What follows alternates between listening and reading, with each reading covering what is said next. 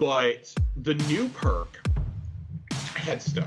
I want to read. So Headstone spawns a stasis crystal on precision kills. Crystal that can be shattered and then interacts with all your other stasis aspects and fragments if you're running the subclass. You don't need it, but it synergizes directly with the subclass builds. And I want to read directly from Paul Tassi, because I think he had a really good write-up on this 2 days ago on the 31st. We're recording this on the 2nd. He said this on Tuesday the 31st. I believe Bungie is about to fundamentally alter the way elemental damage works on weapons and directly integrate the elemental type of a weapon with the upcoming revamp of light subclasses, something we're now seeing with stasis. Previously, elemental damage type on weapons has done almost nothing. You use it to match shields, you can use it for certain burns, but other than that, there is no difference between Arc, Solar, and Void. We started to see additional moves towards weapon type mattering with some reworks that require you to use weapons that match your subclass type for additional effects. The entire Elemental Well mod system is based around that and continues to expand.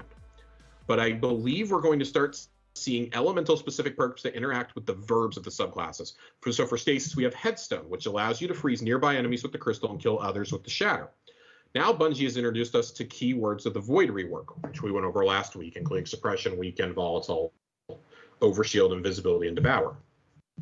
Imagine those things going into your gun. And he gives a specific one here. He goes, how about a perk that makes your next shot suppress after a kill? Imagine that on a sniper, for instance. How about one that makes an enemy volatile after repeated precision hits? Imagine that on a hand cannon, a scout, or a pulse. How about, you get the idea, and you can extend that to Solar and Arc too, with burns, chain lightning, et cetera, et cetera. We talk about how we want to see the game evolve in an MMO and RPG way. This is how you're going to do it. And I think Headstone is their first dip into that to see, is this actually going to work or not? Headstone is something that could actually help make something like Salvation's Grip meaningful in content. You shoot that out, you start getting some PvE kills, and you start throwing your stasis melee or your stasis turret out. And bada bing, bada boom, there's shatters going all over the place. You're doing shatter dives into big groups of enemies because you've got extra crystals and you've got extra freezes going. There's so much potential here. Like, I'm running the Iron Banner sidearm with a sniper or with the Forge pulse rifle. And it's great. I think it's great to pair with things. I have been chasing the Tombstone roll since we found out about this. We started kind of hearing by Tuesday evening that this was the thing. Like, I've done 3 days straight of Iron Banner trying to get this sidearm to drop with that perk. I would love to be able to just be like, I got 4,000 tokens. Let me turn all these in at Saladin and guarantee myself rolls of this particular gun until I get what I want.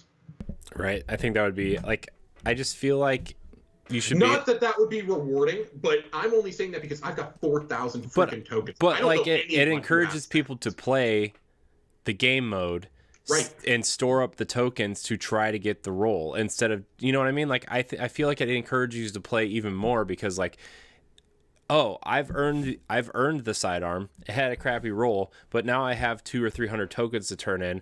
Let's go see if I can get a better roll on this weapon that I've unlocked through the vendor. Which is how it should always be, too. Yeah. This is a loot-based game. Let me do that. I want to be able to craft. If I unlock a weapon in Iron Banner, I want to be able to craft a new version out on the crafting table. I don't want to have to wait a whole month for Iron Banner to come back. Right. Let me go craft it. That's awesome. Yeah. I don't like. Let me do things like that. Like this new perk, so Tombstone or a Headstone. I keep calling it Tombstone. It's fucking Headstone. Rolls on the hand cannon, the Iron Banner sidearm Peace Bond, and the new Linear Fusion Trials gun, Reed's Regrets. Those are the three we know for sure that it rolls on. There may be others. As of the time of Paul writing this article, those are the three we had found out. That's going to be a perk on a Linear Fusion.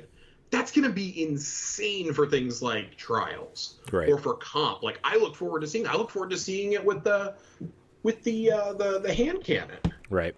Like, some of the combos people are going to pull off are going to be crazy. Some of those top tier plays, and like, I just hope I'm never on the receiving end of somebody's stream when they use stuff like that. Right. But this is the kind of stuff I want to see. Like, he talks about chain lightning as an example for arc guns. let me tell you something. I played a lot of Hades. I really like Chain Lightning now because of Hades. Mm-hmm. I love the idea of that. That may get me to run an Arc subclass occasionally now. Like, there's going to be reasons to run everything. If you're going to integrate new weapons like this with the weapon crafting and with your subclasses, that's going to be awesome. Yeah. I look really forward to that. But in the interest of not rambling on too much longer, there's one other thing I wanted to bring up tonight. Unless you have any more thoughts on this, Corey. No, man. I'm just look. I'm listening. I'm learning. I'm also trying to keep muted because my son is. Anybody who knows who's had a baby, you know that teething is a good time. So Is good the right word? I don't even know if I know what words mean anymore. I told somebody work was fun today, so